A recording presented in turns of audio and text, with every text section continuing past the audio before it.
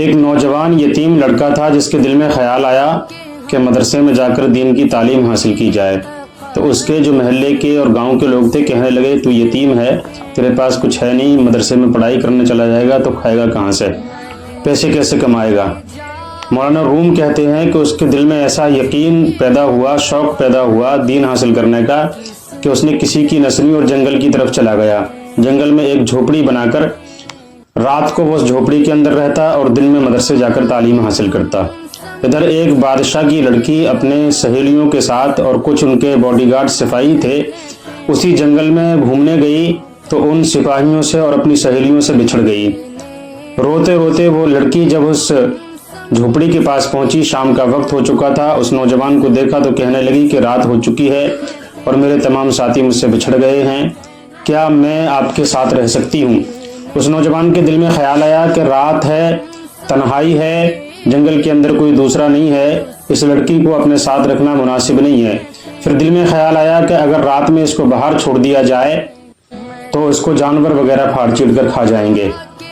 اسی کشمکش میں اس شخص نے، اس نوجوان نے اس لڑکی کو اندر بلا لیا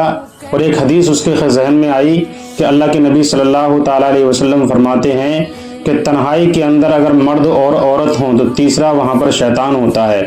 مطلب یہ ہے کہ شیطان ان کو برگلانے کی کوشش کرتا ہے، لیکن مجبوری میں اس نوجوان نے اس لڑکی کو اپنے اس جھوپڑی کے اندر بلا لیا اور دروازہ بند کر دیا جانوروں کے ڈر کی وجہ سے۔ رات ہو چکی تھی کافی، اس لڑکی کو لیٹنے کے لیے کہہ دیا اور یہ نوجوان پڑھائی کرنے کے لیے بیٹھ گیا۔ پھر دل میں شیطان نے وسوسہ پیدا کیا کہ لڑکی اکیلی ہے، خوبصورت ہے، جوان ہے، تو نے جس سے بلایا بھی نہیں ہے، موقع ہے کچھ غلط کیا جائے۔ پھر اس کے خیال آیا، اس نے اپنی انگلی کو چراغ پر رکھ دیا۔ وہ لڑکی جاگتی رہی، دیکھتی رہی کہ یہ نوجوان رات بھر کبھی کسی انگلی کو اپنی چراغ کی روشنی پر رکھتا، کبھی کسی انگلی کو اس چراغ پر رکھ دیتا، جب انگلی جلتی تو پیچھے ہٹا لیتا۔ جب صبح ہوئی تو صبح ہوتی اس نوجوان نے کہا کہ صبر کی بھی ایک انتہا ہوتی ہے، دن نکل آیا ہے، تو یہاں سے نکل جا فوراً۔ ادھر اس بادشاہ کے سپاہی اور وہ خود بادشاہ اپنی بیٹی کو تلاش کرنے کے لیے جنگل میں پہنچ چکے تھے۔ بادشاہ کو جب اپنی بیٹی مل گئی تو بادشاہ نے کہا کہ یہ بیٹی تو کسی سے یہ مت کہنا اور نہ ہی میں کسی سے کہوں گا کہ میری بیٹی کھو گئی تھی، تنہائی میں کسی کے ساتھ رکی تھی، بلکہ ہم یہ کہیں گے کہ بیٹی ہمارے ساتھ تھی، اس لیے کہ ایک بیٹی کا معاملہ ہے اور بیٹی کی عزت پر لوگ سوال اٹھا دیتے ہیں۔ بیٹی کہنے لگی نہیں۔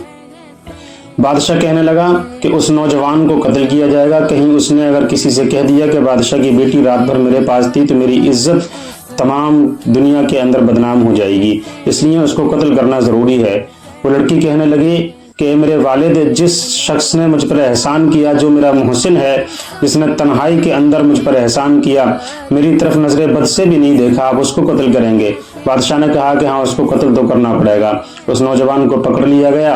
اور گھر لے آئے، اس کو بادشاہ کے یہاں ایک کوٹری کے اندر بند کر دیا۔ پھر اس لڑکی نے کہا ٹھیک ہے، میرے محسن کو جس نے مجھ پر احسان کیا تھا، اگر آپ اس کو قتل کرنا ہی چاہتے ہو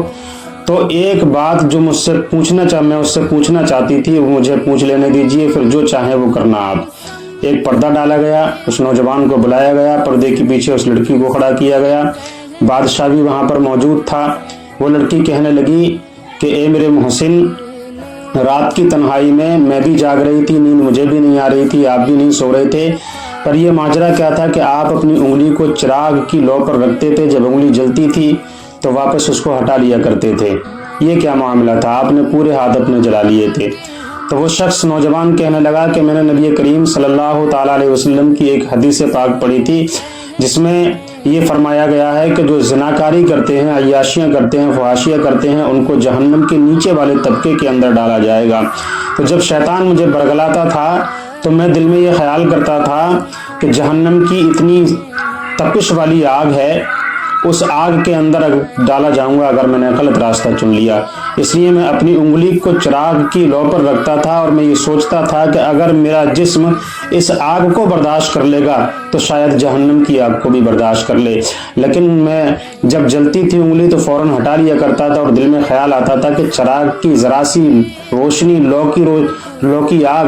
جو میرا جسم برداشت نہیں کر پا رہا ہے تو جہنم کی آگ کیسے برداشت کر پائے گا۔ اس لیے میں نے دل میں خیال کیا کہ کسی بھی حال میں غلط راستے کو نہیں چننا ہے۔ جب یہ بات بادشاہ نے سنی تو بادشاہ کہنے لگا